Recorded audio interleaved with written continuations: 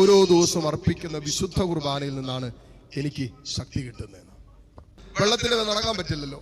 5 അപ്പം കൊണ്ട് 5000 പേർക്ക് അങ്ങനെ മാനുഷികമായിട്ട് ചിന്തിച്ച. അപ്പോ മാനുഷികമായി ചിന്തിച്ചു മനസ്സിലാക്കാൻ പറ്റാവുന്നതിനപ്പുറമായ ദൈവ പ്രവൃത്തി എനിക്ക് ചെയ്യാൻ പറ്റുമെന്ന് ഈശോ ആദ്യം കാണിച്ചു കൊടുത്തിട്ടാണ് പിന്നെ ബാക്കി ഈശോ ഞാൻ ജീവന്റെ അപ്പമാണെന്ന് പറയുന്നത്. ഞാൻ സ്വർഗത്തിൽ നിന്ന് ഇറങ്ങിയ ജീവൻ. അത് കുറെ പേർക്ക് മനസ്സിലായില്ല. കുറെ പേർ ഇവനെങ്ങനെ ഇവന്റെ ശരീരം ഭക്ഷിക്കാൻ തരാൻ പറ്റും, ഇവനെങ്ങനെ ഇവന്റെ രക്തം കുടിക്കാൻ തരാൻ പറ്റും എന്നൊക്കെ പറഞ്ഞ് കുറച്ചുപേര് ഇടറി. ചിലര് എന്നേക്കുമായി അവനെ വിട്ടുപോയി എന്ന് വചനം പറയുന്നുണ്ട്. അതിന്നും അങ്ങനെ തന്നെയാണ്. കർത്താവിന്റെ വചനം നമുക്ക് വാഗ്ദാനം ചെയ്യുന്ന ചില വാഗ്ദത്തങ്ങളുണ്ട്. അതിനകത്ത് ഒന്നാമത്തത് നമ്മൾ നോക്കിയാൽ നമുക്ക് കാണാൻ പറ്റും. അവിടെ ഈശോ പറഞ്ഞൊരു കാര്യമാണ്, അവൻ എന്റെ ശരീരം ഭക്ഷിക്കുകയും പാനം ചെയ്യുകയും ചെയ്യുന്നവൻ അവന് ജീവനുണ്ട്, അവൻ മരിക്കുകയില്ല. വേറെ ആലോചനയുടെ ഒന്നും ആവശ്യമില്ല, നമ്മൾ രണ്ടാമത് ചിന്തിക്കേണ്ട ആവശ്യമില്ല. ഈശോ പറഞ്ഞു എന്താ, എന്റെ ശരീരം ഭക്ഷിക്കുകയും എന്റെ രക്തം പാനം ചെയ്യുകയും ചെയ്യുന്നവൻ മരിക്കുകയില്ല, അവന് നിത്യജീവനുണ്ട്.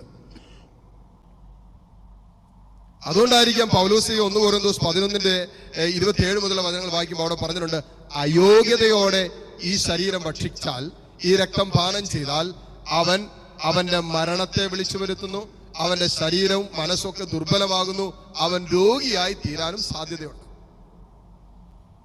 എന്നാ പൗലോസ് പറയുന്നത്. അപ്പോ അയോഗ്യതയോടെ കർത്താവിന്റെ ശരീരവും രക്തവും ഭക്ഷിക്കുമ്പോ ശരീരത്തിൽ രോഗം, മനസ്സിന് ബലക്കുറവ്, ആത്മാവിന് മരണം സംഭവിക്കുമെങ്കിൽ വിശ്വാസത്തോടെ യോഗ്യതയോടെ കർത്താവിന്റെ ശരീരവും രക്തവും മക്കളെ നമ്മൾ സ്വീകരിക്കുമ്പോ തമ്പുരാൻ വാഗ്ദാനം ചെയ്ത ജീവൻ നമ്മളിലേക്ക് ഒഴുകും. എന്ത് ജീവനാ ഉണ്ടാകുന്നത്? ദൈവിക ജീവനാ നമ്മളിലേക്ക് രൂപാന്തരപ്പെടുന്നത്, നമ്മളിൽ നിറയുന്നത്.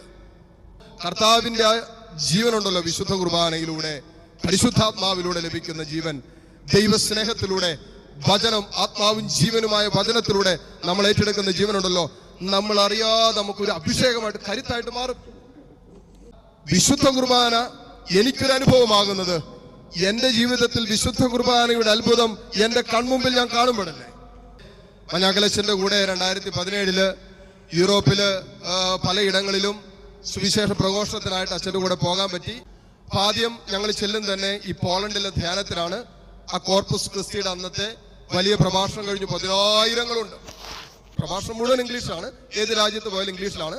പക്ഷെ വിശുദ്ധ കുർബാന പോളണ്ടിൽ ചെന്നാൽ പോളിഷിൽ അർപ്പിക്കും, പോർച്ചുഗലിൽ ചെന്നാൽ പോർച്ചുഗീസിൽ അർപ്പിക്കും, ജർമ്മനിയിലാണെങ്കിൽ ജർമ്മൻ ലാംഗ്വേജിലാണ്, സ്പെയിനിൽ ചെന്നപ്പോൾ സ്പാനിഷിലാണ്, ഫ്രാൻസിൽ ചെല്ലുമോ അവിടുത്തെ ഫ്രഞ്ച്, അങ്ങനെ ഓരോരോ ദേശത്ത് ചെല്ലുമ്പോൾ ആ ദേശത്തെ വിശുദ്ധ കുർബാന അച്ഛൻ അർപ്പിക്കും. കഴിഞ്ഞ് ഏറ്റവും അവസാനത്തെ ദിവസം ഒരു കൈവെപ്പ് പ്രാർത്ഥനയുണ്ട്. പരിശുദ്ധ കുർബാനയുടെ ആരാധന വെച്ചുകൊണ്ട് ഈ പറയുന്ന ജനത്തിന് എല്ലാവർക്കും വേണ്ടി ഒരു കൈവെപ്പ് പ്രാർത്ഥനയുണ്ട്, അഭിഷേക പ്രാർത്ഥനയുണ്ട്. 6.5 മണിക്കൂർ എടുത്ത് ഈ പറയുന്ന 5000-ഓളം വരുന്ന ജനത്തിന് വേണ്ടി അച്ഛൻ പ്രാർത്ഥിച്ചത്. കൈവെപ്പ് പ്രാർത്ഥന അച്ഛന്റെ ഹീലിംഗ് പവർ ഉള്ളതുകൊണ്ട് അച്ഛന്റെ കൈവെപ്പ് പ്രാർത്ഥന ഇവരെല്ലാം ആഗ്രഹിക്കുന്നുണ്ട്. തീർച്ചയായിട്ടും ഒരു ധ്യാനം നയിക്കുന്ന ഒരു ധ്യാന ഗുരുവിന്റെ കൈവെപ്പ് പ്രാർത്ഥന എല്ലാവരും ആഗ്രഹിക്കും. ഞാനത് കഴിഞ്ഞിട്ട് അച്ഛനടുത്ത് ചോദിച്ചൊരു ചോദ്യം, അച്ഛൻ എങ്ങനെ ഈ 6.5 മണിക്കൂർ ഈ പറയുന്ന എല്ലാവർക്കും വേണ്ടി? അത് അച്ഛനെ അസുഖം കഴിഞ്ഞ് വന്നുകൊണ്ട്, അല്ലെങ്കിൽ സാധാരണ 15,000 20,000 പേരൊക്കെയാണ് ധ്യാനത്തിന്. ഞാൻ ചോദിച്ചു, അച്ഛൻ പറഞ്ഞൊരു കാര്യമാണ്, ഓരോ ദിവസവും അർപ്പിക്കുന്ന വിശുദ്ധ കുർബാനയിൽ നിന്നാണ് എനിക്ക് ശക്തി കിട്ടുന്നത്. മാനുഷികമായിട്ട് ചിന്തിച്ചാൽ നടക്കില്ല. 10-70 വയസ്സ് അത്രയും പ്രായമുണ്ടായിട്ടും ഗില്ലൻ ബാലെ സിൻഡ്രം വന്ന് തളർന്ന് ശരീരം മുഴുവൻ തളർന്നു പോയിട്ട് അച്ഛനൊന്ന് എഴുന്നേറ്റ് വരുന്നേ ഉള്ളൂ. എഴുന്നേറ്റെന്ന് പറഞ്ഞാൽ വീൽ ചെയറിൽ എഴുന്നേറ്റിരിക്കാൻ തുടങ്ങിയിട്ടേ ഉള്ളൂ. ആ സമയത്ത് ചെയ്യുന്ന ശുശ്രൂഷയാ. ഇപ്പൊ മാനുഷികമായ കഴിവോ മാനുഷികമായ ശക്തിക്കോ അപ്പുറമായി ദൈവത്തിന്റെ വിശുദ്ധ കുർബാനയുടെ സാന്നിധ്യം, കർത്താവിന്റെ ജീവനുള്ള ശരീരവും രക്തവും തരുന്ന ഒരു ശക്തിയുണ്ടല്ലോ, ഒരു അഭിഷേകമുണ്ടല്ലോ, അത് ലോകത്തിന്റെ ബുദ്ധി കൊണ്ട് മനസ്സിലാക്കാൻ പറ്റാത്തതാണ്.